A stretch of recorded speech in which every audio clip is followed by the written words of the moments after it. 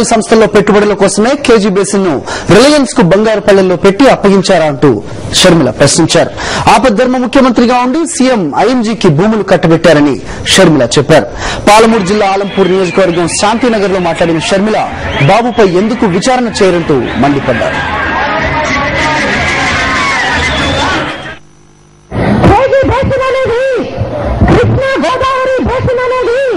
మన రాష్ట్రానికి దేవుడిచ్చిన వరము.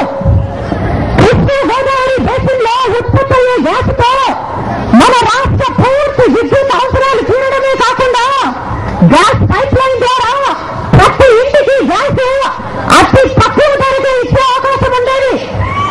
కానీ చంద్రబాబు నాయుడు గారికి మన రాష్ట్రానికి ఇంత ప్రాజెక్టు పనిచేస్తుంది అని కనీస ఇంగిత జ్ఞానం లేకపోవడం వల్ల లక్షల కోట్లు విలువ చేసే ఆ ప్రాజెక్టును తీసుకెళ్లి రిలయన్స్ వాళ్ళకి బంగారు పల్లెల్లో పెట్టి అప్పగించేశాడు.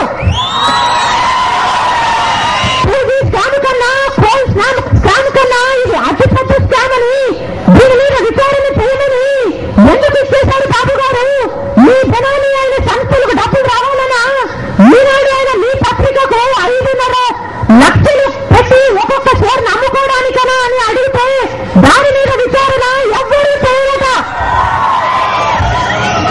ఐఎన్జీ భూముల విషయంలో చంద్రబాబు నాయుడు గారు ఆపద్ధర్మ ముఖ్యమంత్రిగా ఉన్నప్పుడు 850 ఎకరాలు 2-3 కోట్లు విలువ చేసే ఎకరము కేవలం 50,000 రూపాయలకు ఇచ్చేయడం జరిగింది. 5 ఆగస్టు 2008 లో ఐఎన్జీ భారత్ అని ఒక సంస్థ రిజిస్ట్రేషన్ జరిగింది. 4 రోజుల కంటే 9 ఆగస్టు 2008 కల్లా 850 ఎకరాలు